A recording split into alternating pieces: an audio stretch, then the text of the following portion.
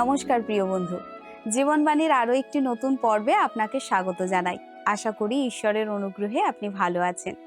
আজকের পর্বে মথিলিখিত সুসমাচার ২৬ অধ্যায় থেকে ক্রুশারোহণের আগের ঘটনাবলী, যিশুর বন্দী হওয়ার চক্রান্ত, জিহুদার বিশ্বাসঘাতকতা, শেষ নৈশভোজ, গেতসিমানিতে প্রার্থনা এবং তার বিচারের বিবরণ আলোচনা করা হবে।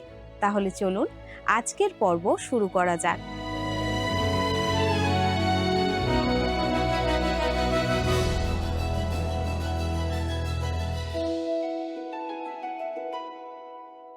আমার বিশ্বাস আপনি জানেন, আমাদের গত পর্বে আমরা সাধু মথিলিখিত সুসমাচারের 25 অধ্যায় তার 30 পদ পর্যন্ত আলোচনা করেছিলাম।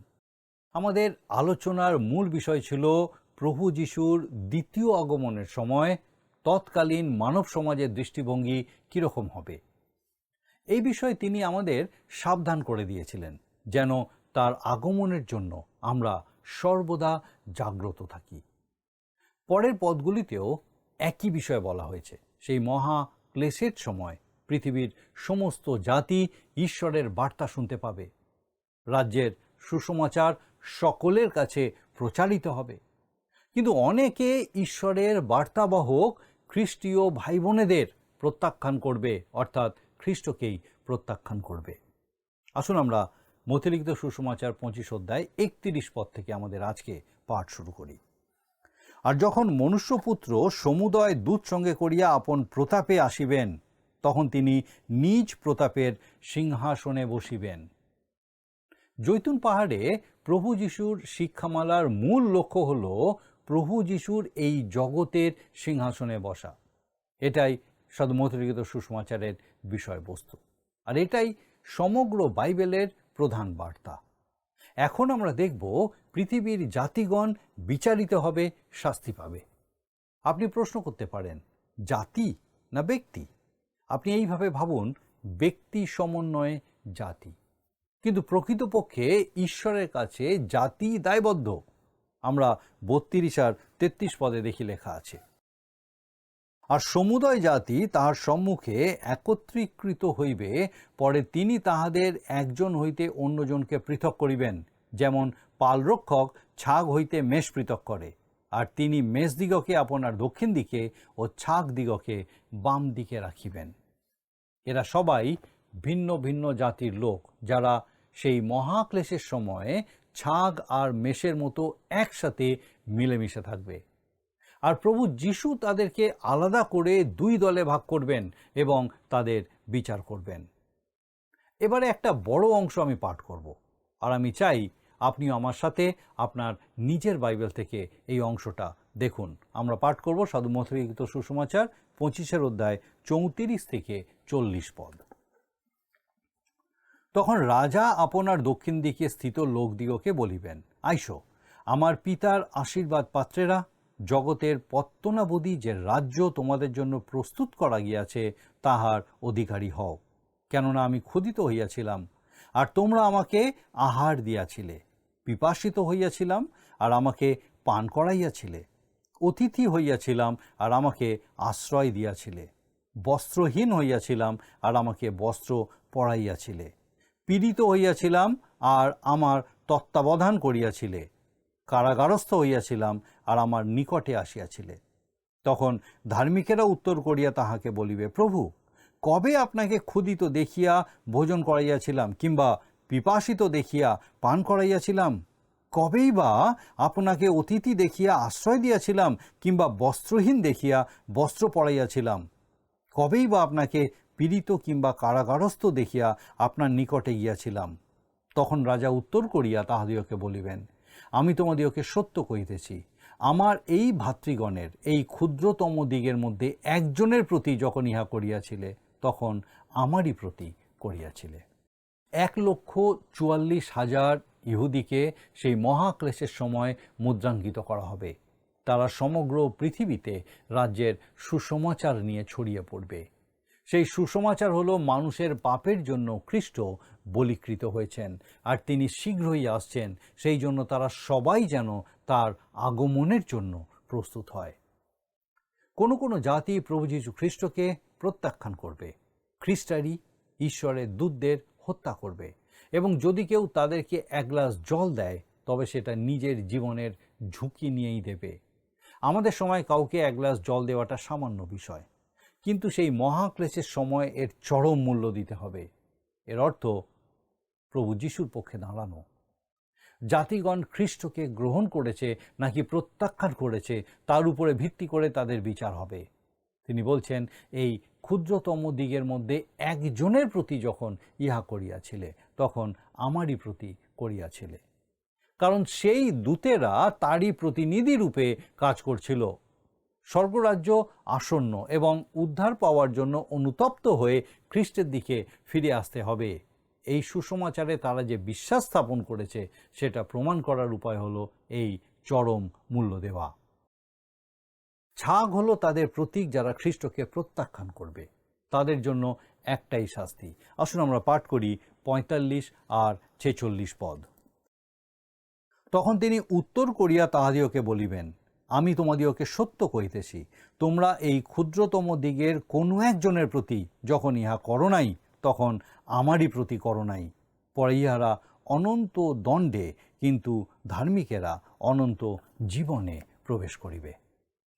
সমস্ত জাতি আগামী সহস্র বছরের রাজত্বে প্রবেশ করবে। তাদের মধ্যে অনেকে যিশুকে অস্বীকার করবে, কিন্তু খ্রিস্টের দ্বিতীয় আগমনে যে বিচার হবে তার উদ্দেশ্য হবে কোন কোন জাতি খ্রিস্টের সহস্র বছরের রাজত্বে প্রবেশ করবে তা নির্ধারণ করা। আর সেই বিচার হবে সম্পূর্ণ আলাদা রকমের বিচার। এবারে আমরা মথিলিখিত সুসমাচার ২৬ অধ্যায় আলোচনা করব। সাধু মথিলিখিত সুসমাচারের এটাই সব থেকে বড় অধ্যায়। ৩০ পদের শেষে একটা বিরতি আছে। যৌন লিখিত সুসমাচারের ১৫ থেকে ১৭ অধ্যায়ের ঘটনাগুলো এখানে রাখা যেত। আবার ৫৭ পদের শুরুতে আর একটা বিরতি। এখানে একটা অধ্যায়ে ধর্মীয় গুরুদের সামনে যিশুর বিচারের বিষয়টা রাখা যেতে পারত। সুসমাচারের এই অংশগুলি যারা ভাগ করেছেন তারা এগুলিকে একসাথে রেখে পাঠকদের বোঝাতে চাইছেন যে এত সব গুরুত্বপূর্ণ ঘটনা খুব তাড়াতাড়ি ঘটে গেছিল।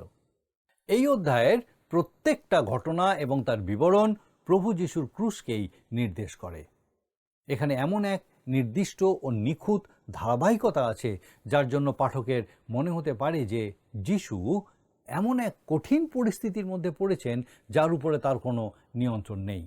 তবে খুব গভীরভাবে বিবেচনা করলে বোঝা যায় যে এই পরিস্থিতি সম্পূর্ণ প্রভুর নিয়ন্ত্রণে ছিল, এবং তিনি যত ক্রুশের কাছাকাছি পৌঁছাচ্ছিলেন তত বেশি রাজকীয় হয়ে উঠছিলেন। ২৬ এবং ২৭ অধ্যায় পাঠ করার সময় আমাদের মনে রাখতে হবে তিনি ৬ মাস আগে কৈশরিয়া ফিলিপি অঞ্চলে সিদ্ধান্ত নিয়েছিলেন যে তিনি জেরুসালেমে যাবেন এবং মৃত্যুবরণ করবেন। মথিলিখিত সুসমাচার ১৬ অধ্যায় ২১ পদে লেখা আছে, সেই সময় অবধি যিশু আপন শিষ্যদিগকে স্পষ্টই বলিতে লাগিলেন যে তাহাকে জেরুসালেমে যাইতে হইবে এবং প্রাচীনবর্গের প্রধান যাজকদের ও অধ্যাপকদের হইতে অনেক দুঃখভোগ করিতে হইবে ও হত হইতে হইবে, আর তৃতীয় দিবসে উঠিতে হইবে। তিনি ঈশ্বরের পরিকল্পনা অনুযায়ী চলছেন এবং ঘটনাগুলো ঘটতে দিচ্ছিলেন। তিনি ধর্মীয় ষড়যন্ত্রকারীদের ঊর্ধ্ব জাঁতাকল এবং রোমীয় শাসনকর্তাদের নিম্ন জাঁতাকলের মধ্যে অসহায়ভাবে পিষ্ট হচ্ছেন না। যখন আমরা এই অধ্যায়ের বিষয়গুলো পাঠ করছি তখন তার প্রতি আমাদের যথেষ্ট শ্রদ্ধা থাকা উচিত, কারণ আমাদের উদ্ধারের জন্য সেটা খুব গুরুত্বপূর্ণ। ২৬ অধ্যায় ১ পদে আমরা দেখি লেখা আছে, যখন যিশু এই সকল কথা শেষ করিলেন তিনি আপন শিষ্যদিগকে কহিলেন। এখানে এই সকল কথা মানে জৈতুন পাহাড়ের শিক্ষামালা। এই যুগের শেষ সম্বন্ধে তিনি তাদেরকে প্রশ্নের উত্তর দিয়েছেন, আর এখন তাদের জন্য কিছু অপেক্ষা করছে। আমরা ২ পদে দেখি লেখা আছে, তোমরা জানো ২ দিন পরে নিস্তার পর্ব আসিতেছে, আর মনুষ্যপুত্র ক্রুশে বিদ্ধ হইবার জন্য সমর্পিত হইতেছেন। আসুন আমরা এরপরে ৫ পদ পর্যন্ত পাঠ করি, কারণ সেখানে কতগুলো গুরুত্বপূর্ণ বিষয় আমরা দেখব। ৩ থেকে ৫ পদ। তখন প্রধান যাজকেরা ও লোকদের প্রাচীনবর্গ কায়াফা নামক মহাযাজকের প্রাঙ্গণে একত্র হইল, আর এই মন্ত্রণা করিল যেন ছলে যিশুকে ধরিয়া বধ করিতে পারে। কিন্তু তাহারা কহিল, পর্বের সময় নয়, পাছে লোকেদের মধ্যে গণ্ডগোল বাধে। দ্বিতীয় পদে যিশু শিষ্যদেরকে বললেন যে তিনি হত হতে চলেছেন, আর এই নিয়ে ষষ্ঠবার তিনি তার মৃত্যুর কথা বললেন। 6 মাস আগে কৈশোরিয়া ফিলিপিতে তিনি তার আসন্ন মৃত্যুর বিষয়ে ঘোষণা করেছিলেন, আর এখন তিনি তার মৃত্যুর সময় ঠিক করছেন। তিনি তাদেরকে জানালেন যে নিস্তার পর্বের দিন তিনি হত হবেন। কিন্তু ধর্মীয় গুরুরা অন্য পরিকল্পনা করেছিল। 5ম পদে লেখা আছে, তাহারা কহিল, পর্বের সময় নয়, পাছে লোকেদের মধ্যে গণ্ডগোল বাধে। যারা তাকে হত্যা করবে তারা বলছে নিস্তার পর্বের সময় তারা তাকে ক্রুশে চড়াবে না, কিন্তু তিনি বলছেন তিনি নিস্তার পর্বেই হত হবেন। জানেন তিনি কখন হত হয়েছিলেন? নিস্তার পর্বের দিন। দেখুন, তার মৃত্যুর সময় তিনি ঠিক করছেন, তার শত্রুরা নয়। তিনি আদেশ দিচ্ছেন। সাধু মথলিখিত সুসমাচারে তিনি রাজা। যখন তাকে সব থেকে দুর্বল এবং অসহায় লাগছে, তখনও সব কিছুর নিয়ন্ত্রণ তিনিই করছেন। প্রভু যিশুর প্রতি তার শত্রুদের তীব্র ঘৃণা তাদেরকে হত্যা ষড়যন্ত্রে লিপ্ত করেছিল। তারা ভেবেছিল তারা তাদের ইচ্ছে মতন সেটা করবে, কিন্তু তাদেরকে তা করতে দেওয়া হবে না। যিশু ক্রুশের যত কাছাকাছি আসছেন, তত বেশি রাজকীয় হয়ে উঠছেন। এবার আমরা আরেকটি উজ্জ্বল বিষয়ের দিকে যাব। আসুন আমরা 6 এবং 7 পদ পাঠ করি। যিশু যখন বৈথনিয়ায় কুষ্টি সিমনের বাটিতে ছিলেন, তখন একটি স্ত্রীলোক শ্বেত প্রস্তরের পাত্রে বহুমূল্য সুগন্ধি তৈল লইয়া তাহার নিকটে আসিল, এবং তিনি ভোজনে বসিলে তাহার মস্তকে ঢালিয়া দিল। বৈথনিয়া ছিল ভালোবাসার জায়গা, যেমন জেরুসালেম ছিল ঘৃণার জায়গা। মৃত্যুর আগের কিছু ঘন্টা তিনি বৈথনিয়াতেই ছিলেন। এই ঘটনা ঘটেছিল কুষ্টি সিমনের বাড়িতে। এক সময় তার কুষ্ঠরোগ ছিল, কিন্তু প্রভু যিশু তাকে সুস্থ করেছিলেন। এখন তিনি সকলের সাথে মেলামেশা করতে পারেন। প্রভু যিশু এবং আরও অন্যদের সাথে তিনি খাবার টেবিলে বসেছেন। কত সুন্দর দৃশ্য! কিন্তু প্রভুর শত্রুরা সেটা জানে না। তারা প্রভুকে জানে না, যিনি ভালোবেসেছিলেন, কেঁদেছিলেন এবং বিচারিত হয়েছিলেন। এমনকি আজও বিভিন্ন জায়গায় নাটকের মধ্যে দেখানো হয় প্রভু যিশু এবং তার শিষ্যরা অপরাধী ছিলেন। আজও প্রভু যিশুর জঘন্য চিত্র ও ভাস্কর্য প্রকাশিত হয়, ঈশ্বরের নিন্দা হয়। যারা তা করে তারা তা না জেনেই করে। তারা আমাদের প্রভুকে চেনে না। আসলে তারা আত্মিকভাবে কুষ্ঠরোগী। তারা নিজেদের সম্বন্ধে এই সত্যি কথাটাই বলে, অসুচি অসুচি। যদি আপনি প্রভুর কাছে এসে শুচি হন, তাহলে আপনি তার সঙ্গে সহভাগিতায় বসতে পারবেন। এই অংশে এটাই বোঝানো হয়েছে। যখন তারা ভোজনে বসেছেন, সেই সময় একজন মহিলা শ্বেত পাথরের পাত্রে বহুমূল্য সুগন্ধি তেল নিয়ে এলো এবং প্রভুর চরণে ও মাথায় ঢেলে দিল। সাধু জন লিখিত সুসমাচারে বলা আছে, সেই স্ত্রীলোক ছিলেন মরিয়ম। সেখানে আরও লেখা ছিল যে ইস্করিতীয় জিহুদা তার বিরুদ্ধে বিরক্ত হয়েছিল এবং অন্য শিষ্যরাও তার সাথে যোগ দিয়েছিল। আমরা 8 পদে দেখি লেখা আছে, কিন্তু তাহা দেখিয়া শিষ্যরা বিরক্ত হইয়া কহিলেন, এ অপব্যয় কেন? আমি জানি না তারা দরিদ্রদের জন্য কতটা ভাবত। বর্তমান সময়েও অনেকেই গরিবের উপকার করার বিষয়ে অনেক কথা বলে, কিন্তু তারা নিজেরা তাদের জন্য কিছু করে না। এমনকি অনেক বিভিন্ন পদাধিকারী আছেন যারা কোটি কোটি টাকার মালিক, তারাও সবসময় দরিদ্র দূরীকরণের বিভিন্ন কর্মসূচির বিষয় বলে, কিন্তু আপনি কি কখনো দেখেছেন যে তারা নিজেরা গরিবদের জন্য কিছু করছেন?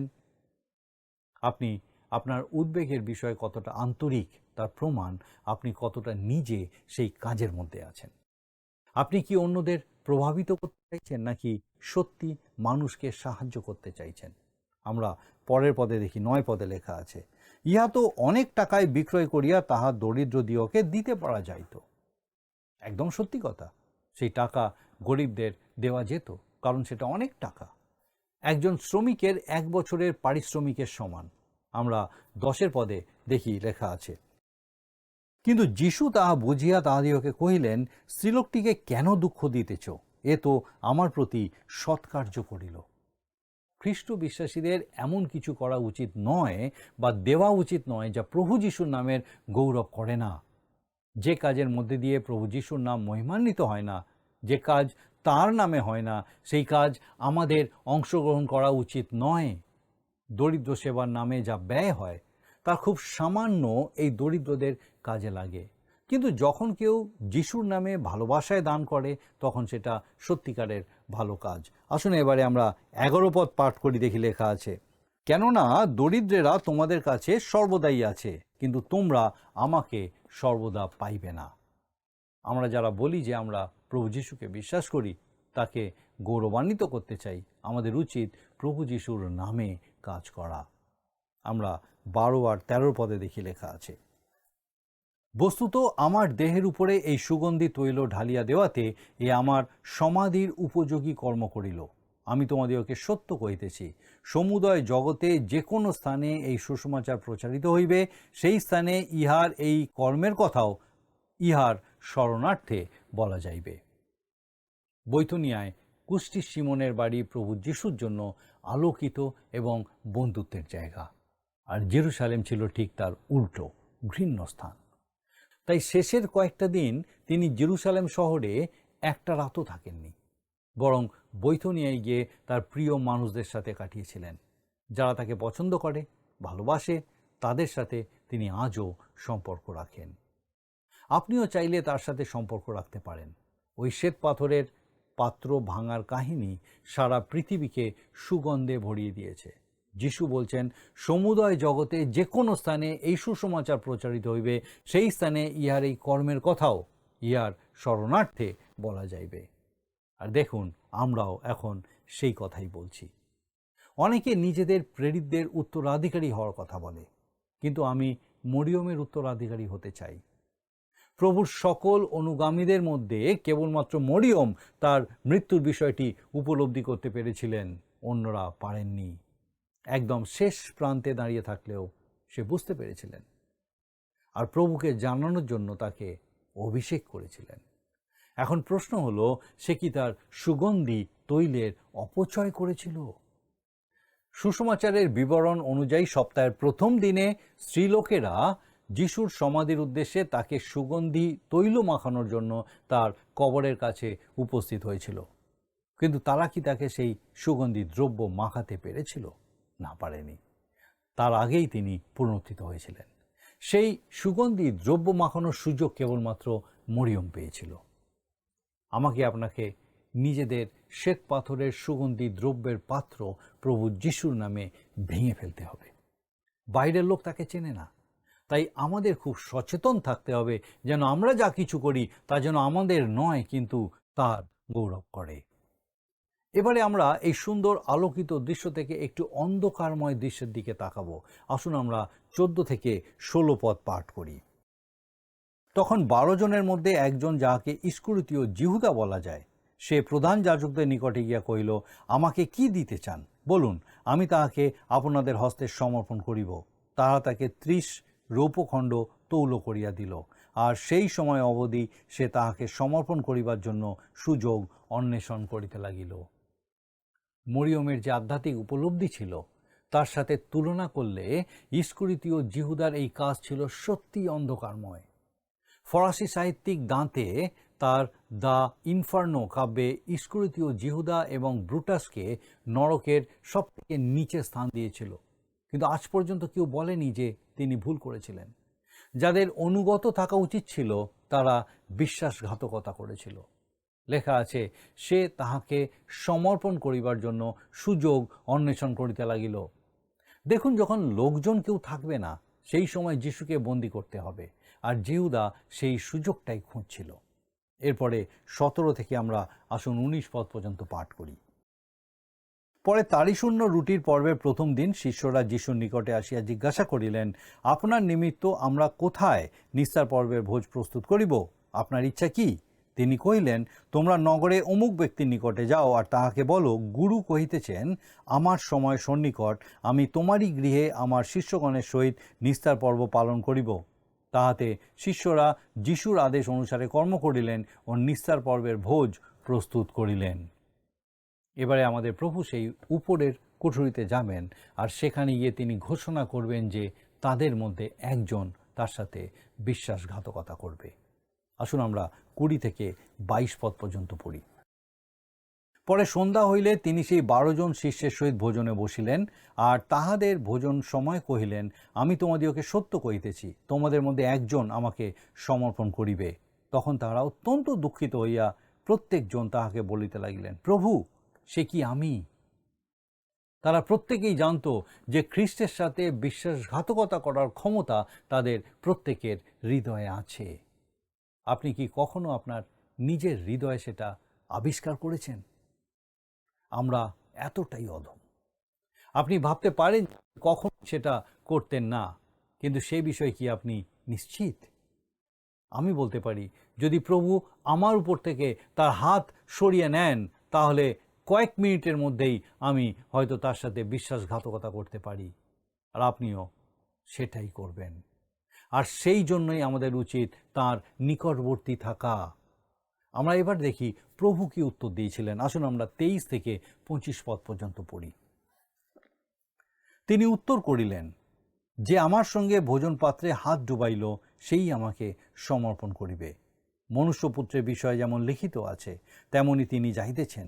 কিন্তু ধিক সেই ব্যক্তিকে যাহার দ্বারা মনুষ্যপুত্র সমর্পিত হন। সেই মানুষের জন্ম না হইলে তাহার পক্ষে ভালো ছিল। তখন যে তাহাকে সমর্পণ করিবে, সেই জিহুদা কহিল, রব্বি, সে কি আমি? তিনি তাকে কহিলেন, তুমিই বলিলে। এখানে লক্ষ্য করার বিষয় হলো, অন্যরা যিশুকে প্রভু বলে সম্বোধন করলেও জিহুদা তা করল না। যোহনের বর্ণনা অনুযায়ী ঠিক সেই সময় জিহুদা সেই গৃহ ত্যাগ করেছিলেন। রুটিখণ্ড গ্রহণ করিয়া সে তৎক্ষণাৎ বাহিরে গেল। তখন রাত্রিকাল। সাধু জন লিখিত সুসমাচারের 13 অধ্যায় 30 পদে লেখা আছে। আসুন এখন আমরা আবার মথি লিখিত সুসমাচার 26 অধ্যায় 26 আর 28 পদটা পাঠ করি। পরে তাহারা ভোজন করিতেছেন, এমন সময় যিশু রুটি লইয়া আশীর্বাদপূর্বক ভাঙিলেন এবং শিষ্যদিগকে দিলেন, আর কহিলেন, লও, ভোজন করো, ইহা আমার শরীর। পরে তিনি পানপাত্র লইয়া ধন্যবাদপূর্বক তাহাদিওকে দিয়া কহিলেন, তোমরা সকলে ইহা হইতে পান করো, কারণ ইহা আমার রক্ত, নতুন নিয়মের রক্ত, যাহা অনেকের জন্য পাপ মোচনের নিমিত্ত পাতিত হয়। আমরা দেখতে পাচ্ছি নিস্তার পর্বের শেষ লগ্নে প্রভু যিশু প্রভুর ভোজ প্রবর্তন করছেন।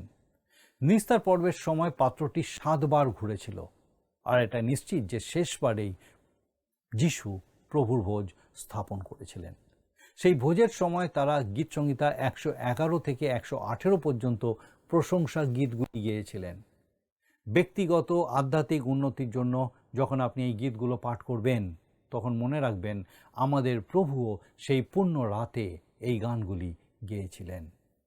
সেই শেষ ভোজের সময় তিনি নিজের এক স্মৃতিস্তম্ভ তৈরি করেছিলেন।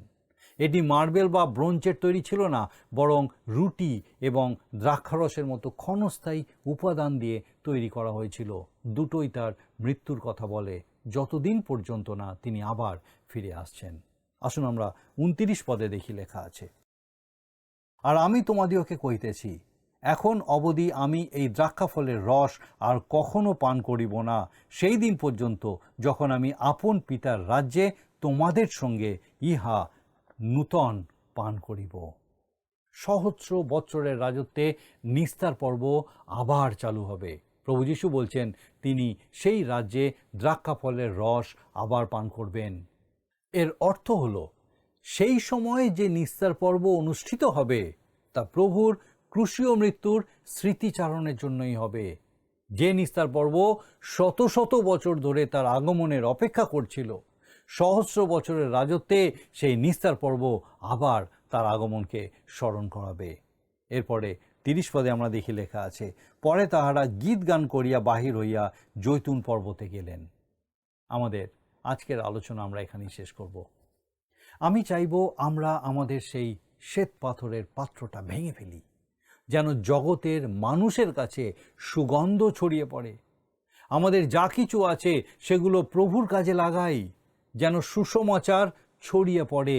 কারণ এই জগতে যা আমরা আমাদের বলে দাবি করি তা সবই কিন্তু আমরা তার কাছ থেকেই পেয়েছি।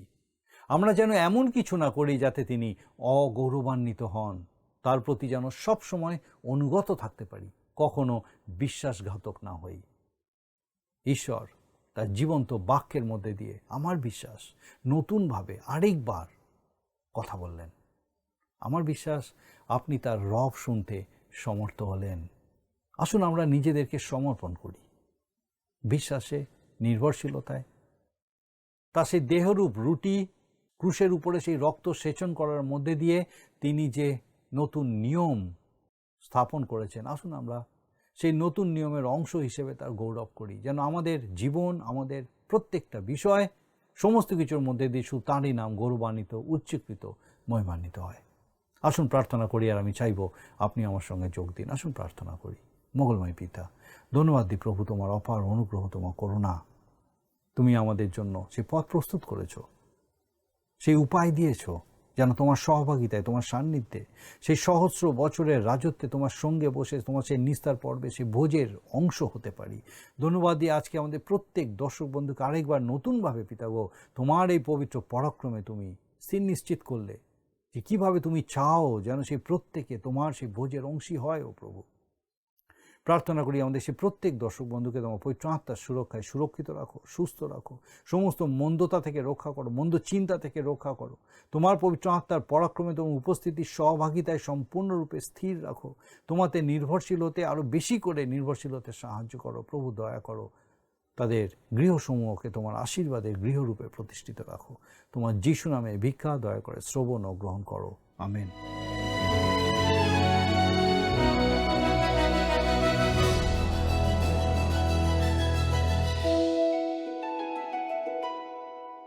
প্রিয় বন্ধু, আশা করি আজকের পর্বটি আপনার ভালো লেগেছে। আজ আমরা জেনেছি যিশুর মহান প্রেম ও ক্রুশের দিকে তার স্বেচ্ছায় এগিয়ে যাওয়ার কথা। বৈথনিয়ার মরিয়মের ভক্তি, জিহুদার বিশ্বাসঘাতকতা এবং শেষ নৈশভোজ আমাদের খ্রিস্টের প্রতি বিশ্বস্ত ও উৎসর্গীকৃত থাকার কথা মনে করিয়ে দেয়। আগামী পর্বে আমরা পিতরের অস্বীকারের ভবিষ্যৎবাণী, গেতসিমানি বাগানের প্রার্থনা, যিশুর বিচার এবং মথিলিখিত সুসমাচারের ২৭ অধ্যায় থেকে ক্রুশারোহণের ঘটনাগুলি জানব। সেই পর্যন্ত ভালো থাকুন, প্রার্থনা করতে থাকুন। নমস্কার। প্রিয় বন্ধু, আসুন আমরা আজকের প্রশ্নোত্তরে আসি। গত সপ্তাহের প্রশ্নের উত্তর হল অপশন বি, ৫ জনের। আজকের প্রশ্ন, কাহার দ্বারা মনুষ্যপুত্র সমর্পিত হয়েছিলেন? অপশন এ, প্রধান যাজকদের দ্বারা। অপশন বি, রোমীয় সৈন্যদের দ্বারা। অপশন সি, যিশুর শিষ্যদের দ্বারা। অপশন ডি, ইস্করিতীয় জিহুদার দ্বারা। বন্ধু, এই প্রশ্নের উত্তর আগামীকাল সন্ধ্যে ৬টার মধ্যে option A, B, C, D সহকারে আপনার নাম ও সম্পূর্ণ ঠিকানার সহকারে 9433497235 এই নম্বরে SMS বা হোয়াটসঅ্যাপে লিখে পাঠাবেন।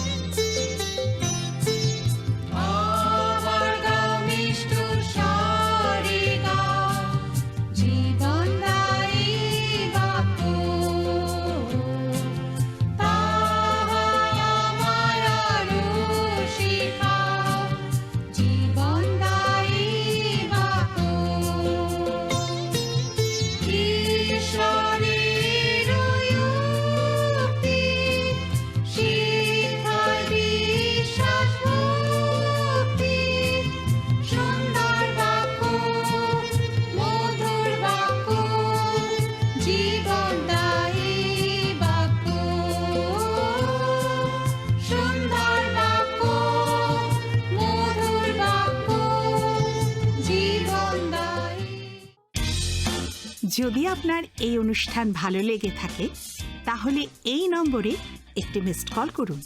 তাহলে আপনি পরের বারের বিজয়ী হতে পারেন।